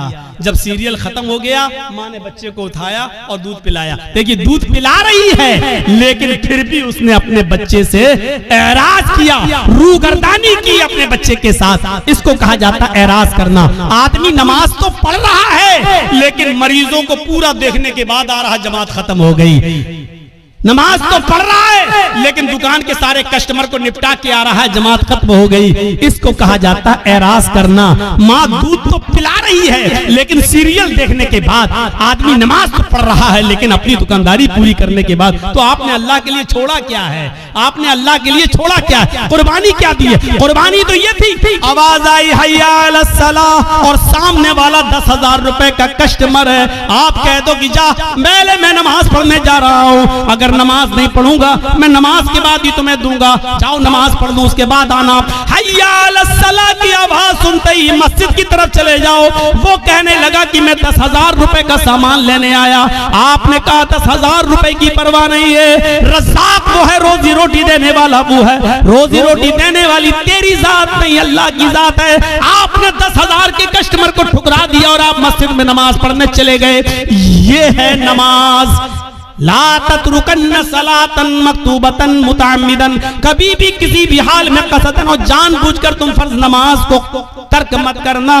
जो फर्ज नमाज को जानबूझकर तर्क कर देता है, फर्ज नमाज को जानबूझकर छोड़ देता है, अल्लाह की जिम्मेदारी उसकी ऊपर से उड़ जाती है। अपने आप पर गौर करो कि कितने % मुसलमान हो, इस्लाम में दाखिल हो या नहीं, ऐसा करते हो या नहीं। अब तो बड़ा मुश्किल हो जाएगा। अक्सर लोग हमारे भाई यहाँ बैटरी वाला रिक्शा चलाते हैं बेचारे, अब पैसेंजर को लेके जा रहे हैं रिक्शे पे, अजान की आवाज आई हय्या अलस सलाह, उसको वहीं रिक्शा रोकना पड़ेगा, फौरन मस्जिद में भागना पड़ेगा। मौलाना साहब क्या करें? हाँ सुन लो, उलमा की मौजूदगी में फतवा आपके सामने दे रहा हूं और ये फतवा मेरा नहीं, अब्दुल्ला इब्ने बास का फतवा है, शेख सालेह अल उसैमीन का फतवा है। और फतवा ये है कि हर वो नौकरी, हर वो बिजनेस, हर वो कारोबार हराम है इस्लाम के अंदर जिस कारोबार की वजह से और जिस बिजनेस की वजह से आपकी नमाज छूट रही हो, इस्लाम में उस कारोबार को हुर्मत हराम करार दिया गया है। ऐसे कारोबार को इस्लाम ने हराम करार दिया है जिस कारोबार की वजह से आपकी नमाज तर्क हो रही। नमाज ही नहीं तो फिर मुसलमान किस बात का, नमाज ही नहीं तो फिर इस्लाम का मानने वाला किस बात का। तो मेरे प्यारे साथियों, हम बहुत बेबाक हैं अपने अंदाज में। मैंने कह दिया, हर वो बिजनेस, हर वो कारोबार, हर वो नौकरी, चाहे वो बैंक की नौकरी हो, चाहे वो सरकारी जॉब हो या प्राइवेट जॉब हो। मौलाना साहब मेरा मालिक बहुत बदमाश है, हमें नमाज पढ़ने की इजाजत नहीं देता है। छोड़ दो, रज़्ज़ाक़ अल्लाह ताला है, वो प्राइवेट कंपनी का मालिक रोजी देने वाला नहीं है। अल्लाह एक दरवाजा बंद करता है तो 100 दरवाजे खोलता है। मेरे भाइयों, इस अकीदे के साथ नमाज पढ़िए और इस तौहीद के साथ नमाज पढ़िए। और चौथी चीज और बताऊंगा मेरे भाइयों, 10 चीजों पे हम नहीं चल पाएंगे। चौथी और आखिरी चीज मैं इसलिए बताऊंगा क्योंकि आज हमारी नौजवान नस्ल इसकी तरफ भाग रही है, इसलिए ये भी सुन लो, वला तशरबन्न खमरन फइन्नहु रअसु कुल्लि फाहिशतिन। और आए मास, कभी किसी भी कंडीशन में शराब मत पीना, इसलिए कि शराब हर बुराई की जड़ है। शराब मत पीना वैसी हराम हो गई, लेकिन शराब का नुकसान क्या बताया? फ़इन्नहु रासु कुल्लि फ़ाहिशतिन, हर बीमारी, हर बुराई की जड़ है। यानी आप शराब पिएंगे तो कोई भी गुनाह कर सकते हैं। शराब पी के आदमी घर में आया, माँ ने डांटते हुए कहा, अच्छा तू शराब पी के आया कमीने, बेगैरत, शराब पी के आया, हट, तेरी माँ का, तेरी अपनी माँ को ही माँ बहन की गाली दे रहा है, अपनी बहन को ही गाली दे रहा है, अपनी बेटी को गाली दे रहा है। इससे बड़ा कमीना और इससे बड़ा रजील इंसान कौन हो सकता है जो शराब के नशे में आकर अपनी माँ को गाली दे, अपने ही बाप को गाली दे, अपनी बहन को और अपनी बेटी को गाली दे, अपने भाई को गाली दे। इससे बड़ा कमीना इंसान और कौन हो सकता है? मैंने खुद दिल्ली के अंदर देखा है, नाली में पड़ा, बीच सड़क पे पड़ा, पुलिस वाले लाठी मार के हटा रहे, अरे यहाँ मंत्री की गाड़ी जाने वाली, कमीना हट हट हट हट। तो हंसते हुए कहता, कौन मंत्री? ओधी मोदी सब मेरे बाप के नौकर हैं। शराब पे नशे में पुलिस वाले कहे, कमीने ये तो हमारी ड्यूटी नौकरी हटवाएगा, हट हट हट। उसको डंडे मार रहे, कौन गुजर रहा का? मंत्री आ रहे हैं, हट यहाँ से। तो कौन मंत्री? मोदी मोदी सब मेरे बाप के नौकर। शराबी की नजर में कोई किसी की हैसियत नहीं होती, बड़ी से बड़ी शख्सियत भी उसके सामने जीरो होती है। क्यों? क्योंकि उसने जो चीज पी है उसने उसकी अकल को खराब कर दिया, उसकी अकल को ढांप लिया, इसलिए उसकी नजर में बड़ी से बड़ी शख्सियत भी कुछ नहीं होती है। जब शराब हराम नहीं हुई थी जब शराब हराम नहीं हुई थी तो नबी के चचा हजरत हमजा ने शराब पी ली थी और एक गाना गाने वाली के गाने के जोश में आकर उसने कहा अला या हमजा लिशुर्फिन नवा, आए हमजा तू तो मोटी ऊंटनियों के लिए है। हजरत अली की ऊंटनी वहीं पर चल रही थी, चारा घास खा रही थी। हजरत हमजा को जोश में चढ़ा दिया कि ये ऊंटनी का कलेजा हमें मिल जाए तो कितना अच्छा। और गाने वाली थी और हमजा शराब के नशे में थे। उठाई तलवार, खंजर ऊंटनी का पेट चाक किया और कलेजा निकाल के लाए, उसको दे दिया। ले हजरत अली आए, कहा ये तुमने क्या किया? मेरी ऊंटनी। अरे जा हट यहाँ से, शराब के नशे में हजरत अली को भगा दिया। हजरत अली ने अल्लाह के नबी से शिकायत की। अल्लाह के रसूल उनके साथ आए और जब आए कहा चचा ये क्या कर दिया तुमने? अली की ऊंटनी को खंजर मार के मार डाला, उसका कलेजा निकाल लिया। हजरत हमजा शराब के नशे में थे। बुखारी की रिवायत, हजरत हमजा शराब के नशे में अल्लाह के रसूल से कह रहे चल हट, तू तो मेरे बाप का नौकर है, तू तो मेरे बाप का गुलाम है। मेरे भाइयों, शराब के नशे में जब एक शख्स मोहम्मद रसूलुल्लाह को ऐसा कह सकता है तो इसका मतलब यह है कि शराब छोटे और बड़े की तमीज को भुला देती है। शराब इंसान के अंदर से इज्जत, रिस्पेक्ट और अदब को खींच लेती है। इसलिए नौजवानों, शराब जैसी मनहूस चीज को अपने मुआशरे से दूर रखिए, अपने समाज से दूर रखिए। आपको मालूम एक सुनन नसई का वाक़या सुनाकर अपनी बात को खत्म कर दूंगा। मेरे भाइयों जरा सुनिएगा सुनन नसई की रिवायत। एक औरत बेवा थी उस जमाने में, पुराने जमाने की बात। हजरत उस्मान इस हदीस के रावी हैं, फरमाते हैं कि एक औरत का शौहर मर गया। औरत बड़ी खूबसूरत थी, उसकी नौकरानी को, लौंडी को उसकी बदजनी के बारे में मालूम था। वो नौजवान लड़कों को तलाश करती रहती थी और अपना इरादा जाहिर करके उनसे गलत काम करवाती थी। एक दिन नौकरानी ने बताया कि एक नौजवान है, बड़ा नेक है, नमाजी है, बहुत बड़ी इबादत गुजार है, बहुत शरीफ है, लेकिन बड़ा खूबसूरत है। कहा कि उसको बुला कर लाओ। नेक आदमी, बहुत नेक इबादत गुजार आदमी। इसकी नौकरानी ने कहा कि मेरी मालिकन तुमको बुला रही हैं, तुमसे कुछ कपड़ा खरीदना चाहती है, क्योंकि वो कपड़ा बेचा करते थे, अपने सर पर गठरी लाद कर कपड़ा बेचते थे। तो उन्होंने सोचा चलो कपड़ा खरीदेगी, हम दे देंगे। वो उसके साथ चले गए। नौकरानी उनको लेकर दरवाजा खोलती है, अंदर जाती है, दरवाजा बंद हो जाता है, दूसरे दरवाजे के अंदर ले जाती है। जैसे ही अंदर घुसते हैं दरवाजा बंद हो जाता है। ये हजरत कह रहे हैं साहब कहाँ लेके जा रही हो? कहा कि बस एक दरवाजा और है। वो और अंदर ले गई, दरवाजा बंद, सामने वही बेवा औरत बैठी हुई जिसका शौहर मर चुका है। उसने अपनी नौकरानी को इशारा करके कहा कि तुम जाओ, और उनसे कहने लगी कपड़ा दिखाओ। और जैसी कपड़ा दिखाया, कहा ये कपड़ा, ये कपड़ा। वो करीब आती गई और आते आते कहने लगी उदनु मिन्नी, मेरे करीब आइए और मेरे साथ हम बिस्तरी कीजिए, मेरे साथ गलत काम कीजिए। इन्होंने कहा अरे हटो, तौबा, अस्तगफिरुल्लाह। ये भागने लगे। उन्होंने कहा भागने का कोई रास्ता नहीं, चारों तरफ से दरवाजे बंद हो चुके हैं। कहा कि तुम डरो, अल्लाह के अजाब से डराया, लेकिन उस औरत के ऊपर कोई फर्क नहीं पड़ा। उसने कहा कि तुम मेरे साथ ये काम कर रहे हो या नहीं कर रहे हो? कहा कि नहीं करूंगा। कहा इधर अंदर आओ। उसे एक और दरवाजे के अंदर ले गई। क्या देखती है कि एक लकड़ी की टेबल रखी हुई है। उस लकड़ी की टेबल पर एक खूबसूरत छोटा बच्चा, जिसकी उम्र 5-6 साल रही होगी, खूबसूरत बच्चा बैठा हुआ है। और उसी टेबल पर एक शराब की बोतल रखी हुई है। वहीं पर जाकर ये औरत बैठ गई। इसने कहा कि देखो तुम बड़े नेक हो, शरीफ इंसान हो, मेरे चीखने की देर है, मेरे चिल्लाने की देर है, चारों तरफ से तुम घेर लिए जाओगे और मैं सिर्फ इतना बोलूंगी कि इस आदमी ने मेरी इज्जत को छलनी छलनी कर दिया। बस तुम्हारा हाल क्या होगा? तुम्हारी शराफत नीलाम हो जाएगी और लोग कहेंगे अच्छा दिन में इबादत और हाल ये है अल्लाह की इबादत भी करते हो और औरतों के साथ ये गलत काम भी। तुम्हारी इज्जत का जनाजा निकल जाएगा, अर्थी निकल जाएगी। चलो 3 ऑप्शन देती हूं मैं तुम्हें, इन तीनों में से कोई एक काम तुम्हें करना पड़ेगा, इसके बगैर मैं नहीं छोड़ूंगी। सुनन नसई की रिवायत। अल्लाह हजरत उस्मान फरमाते हैं कि अल्लाह के नबी ने फरमाया कि उस औरत ने 3 ऑप्शन दिए। पहला ऑप्शन, आए हजरत जी मेरे साथ जिना करो, आओ मैं तैयार हूं तुम्हारे साथ गलत काम करने के लिए। कहा नहीं। दूसरा ऑप्शन बताओ। कहा दूसरा ऑप्शन ये है कि इस बच्चे को कत्ल करो, ये छुरी रखी हुई है, इसको मारो। कहा नहीं, ये भी नहीं कर सकता। तो कहा फिर शराब पियो, ये पूरी बोतल जो रखी हुई है इसको पी लो और जाओ, मैं तुम्हें जाने दूंगी। 3 काम में से कोई एक काम तुम्हें करना है। इन्होंने नजर आसमान पे डाली, का अल्लाह जिना करना भी हराम, कत्ल करना उससे बड़ा गुनाह, सबसे बड़ा गुनाह कत्ल। इस बच्चे ने मेरा क्या बिगाड़ा जो इसको मैं मारूं? कत्ल नहीं कर सकता।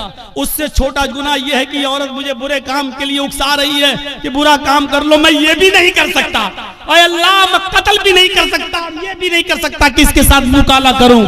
इन दोनों से शराब पीना तो छोटा गुनाह है, चलो यही पी लेता हूं क्योंकि बचने का कोई रास्ता नहीं है और जान बचाना भी जरूरी है, तो चलो हराम चीज पी लेता हूं। ये जिना तो नहीं है, ये कम से कम कत्ल तो नहीं है, किसी को बेकसूर तो नहीं मार रहा हूं और इसकी इज्जत से खिलवाड़ तो नहीं कर रहा हूं। ऐ अल्लाह मेरे जुर्म को माफ कर देना। उसने ये कहकर शराब की बोतल उठाई और पूरी की पूरी बोतल वो शराब की पी जाता है। उस औरत ने कहा रुको, अभी चले जाना। थोड़ी देर रोका, शराब ने अपना रंग दिखाना शुरू कर दिया और जब शराब पीने के बाद इसकी अक्ल खत्म हो गई और चली गई और ये नशे में धुत हो गया तो इसके हाथ में छुरी थी, कहा इस बच्चे को कत्ल करो। उसने शराब के नशे में आकर उस बच्चे को कत्ल भी कर डाला, उस बच्चे को मार भी डाला। फिर उस औरत ने हाथ पकड़ के उसको अपने ऊपर सवार किया, अपने कपड़े भी उतारे और उसके भी कपड़े उतारे और शराब के नशे में इस आदमी ने उस औरत के साथ जिना भी कर लिया। उसके साथ जो काम नहीं करना था वो कर लिया। मेरे भाइयों, फिर वहां से ये बचा और आया, मायूस रहा पूरी जिंदगी। मैं कहना ये चाह रहा था आपसे कि मेरे भाइयों कि कहां तो एक गुनाह करवाया जा रहा था, लेकिन शराब के बाद वो तीनों गुनाह कर बैठा। यानी शराब पीने के बाद वो कत्ल भी कर बैठा और शराब पीने के बाद वो जिना भी कर बैठा। शराब तो पी ही पी थी, यानी शराब ने उससे सारे गुनाह करवा दिए। अल्लाह के नबी ने फरमाया फ़इन्नहु रासु कुल्लि फ़ाहिशतिन, शराब ही हर बुराई की जड़ है। अगर आप मुसलमान हैं तो इस्लाम के अंदर पूरे के पूरे दाखिल हो जाओ। शराब को छोड़ना पड़ेगा, नमाज पाबंदी से पढ़ना पड़ेगी और आपको ये देखना पड़ेगा कि नमाज के लिए हम अपने रब के लिए क्या क्या चीजें छोड़ रहे हैं। आपको अपने माँ बाप की खिदमत करना पड़ेगी, आपको शिर्क से बचना पड़ेगा, आपको अपने भाइयों का ख्याल रखना पड़ेगा, यतीमों को देखना पड़ेगा। 10 चीजें थी, लेकिन मेरी हिम्मत अब जवाब दे चुकी है। कंटिन्यू प्रोग्राम कर करके मैं थक चुका हूं। मेरे भाइयों, अब मेरे भाइयों मैं आपसे रुखसती चाहता हूं और ये मेरे बिहार का आखिरी प्रोग्राम था। मैं कल अब लखनऊ के लिए जा रहा हूं, मुश्किल से 2 दिन लखनऊ रहूंगा और उसके बाद फिर मैं बॉम्बे चला जाऊंगा। तो मेरे भाइयों, अल्लाह से मैं दुआ करता हूं कि इलाहुल आलमीन हमारी खताओं को माफ फरमा दे, हमें इस्लाम के अंदर पूरा का पूरा दाखिल फरमा दे। ऐ अल्लाह शराब नोशी से हमें बचा ले। अल्लाह माँ बाप की खिदमत करने की हमें तौफीक अता फरमा। ऐ अल्लाह हमें शराब की हुर्मत को समझने की तौफीक अता फरमा और बारे अल्लाह जब तक तो हमें जिंदा रख, इस्लाम पर जिंदा रखना और जब हमारा खात्मा हो तो ईमान पर हमारा खात्मा फरमाना। वमा अलैना इल्लल बलागुल मुबीन।